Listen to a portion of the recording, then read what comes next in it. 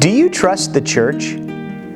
Jesus entrusted His church to an unlikely group of disciples whom He defended and prayed for and prepared to share the gospel with the entire world.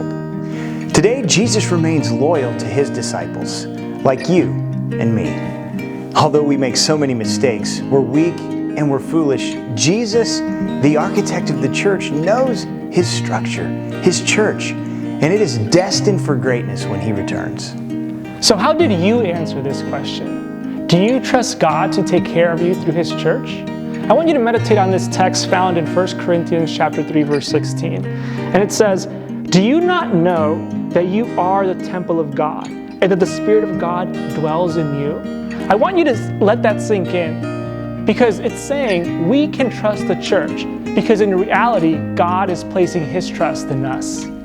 God is the very architect of the church, and we are the bride in the body of Christ.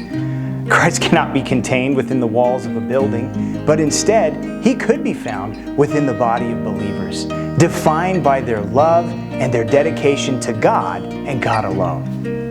It is in this temple where the Spirit of God dwells permanently, in both collectively and individually.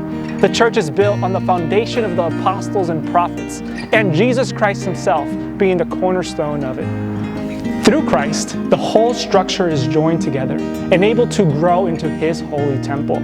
We are being built together into a dwelling place for His Spirit.